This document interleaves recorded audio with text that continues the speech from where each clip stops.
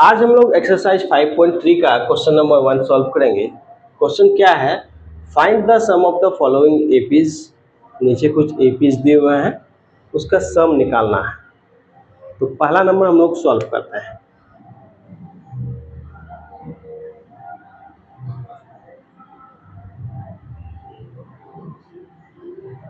AP क्या है, given AP 2 7 12 given AP 10 terms का सम निकालना है। n equal to 10, a equal to first term which is 2, d common difference, तो 7 minus 2 कितना हो गया 5। हमको क्या फाइंड करना है, 10 टर्म्स का सम फाइंड करना है, मतलब S10 का वैल्यू निकालना है। तो Sn का फॉर्मूला पहले लिख देंगे। Sn इक्वल टू क्या होता है, n/2 into 2a plus n-1 into d। इसमें वैल्यूज को पुट कर देंगे। Sn मतलब S10 का वैल्यू चाहिए, तो यहाँ लिख देंगे S10। अब n का वैल्यू कितना है 10, तो n/2 कितना हो जाएगा 5 हो जाएगा। अब 2a plus n-1 into D, तो 2a है तो 2 इंटू ए 2 इंटू 2 प्लस n-1 n 10 है तो n-1 9 हो जाएगा इंटू डी। डी का वैल्यू कितना है 5 है। अब इसको कैलकुलेट कर लेते हैं। यहाँ क्या हो जाएगा 2 2 जा 4, 9 5 जा 45, 45 और 4 कितना हो गया 49, 5 इंटू 49 वैल्यू कितना होगा 245। तो ये हो गया आंसर। इस तरह से नेक्स्ट क्वेश्चन, क्वेश्चन नंबर 2 है उसका, इसको बनाते हैं।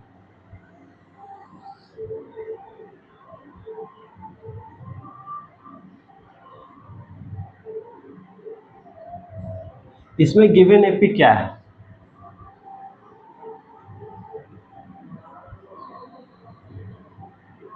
-37, -33, -29, इस तरह से कंटिन्यू है।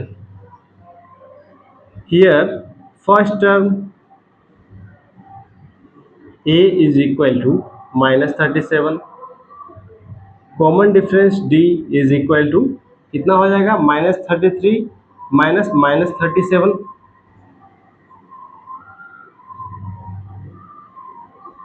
मतलब -33 प्लस 37 कितना हो गया 4 हो गया।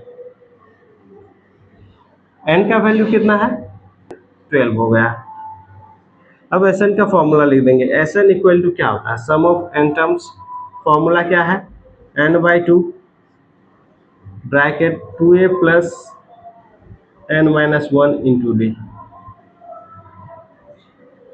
अब n का वैल्यू इसमें बैठा दीजिए। n कितना है 12 है, तो n/2 6 हो जाएगा। 2a मतलब 2 इंटू ए जो कि -37 है, प्लस n-1, n 12 है तो उसका वैल्यू n-1 का 11 हो जाएगा, इंटू डी। डी कितना है 4 है।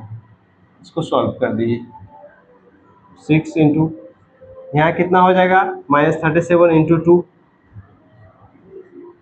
-74 और यहाँ 44।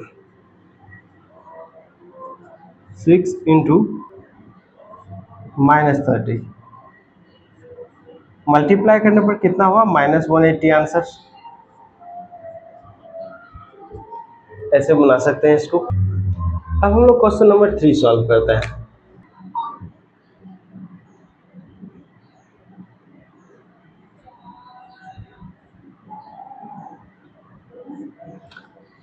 गिवन एपी क्या है,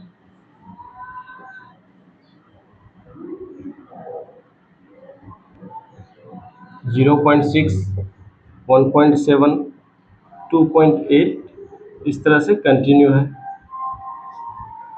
हमको 100 टर्म्स का सम निकालना है। तो here n is equal to 100, a is equal to 0.6 and d is equal to 1.7 minus 0.6 करेंगे तो कितना वैल्यू आ जाएगा इसका 1.1।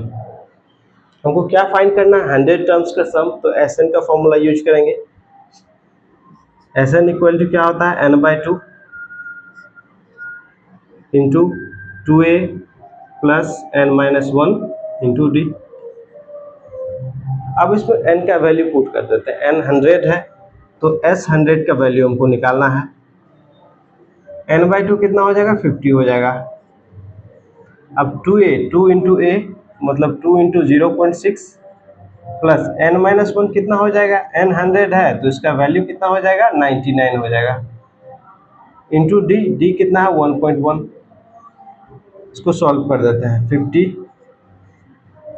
यहाँ कितना हो जाएगा 1.2 और इधर 99 को 1.1 से मल्टीप्लाई कर रहे हैं,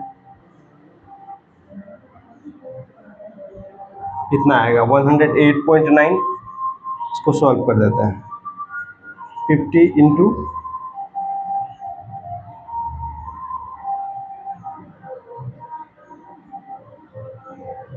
अब इसका वैल्यू निकालना है। 110.1 इंटू 50 कितना होगा, 505।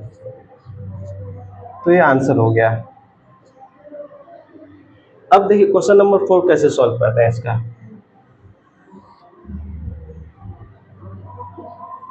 तो पहले हमको गिवन एपी लिख देना है। गिवन एपी क्या है, 1/15,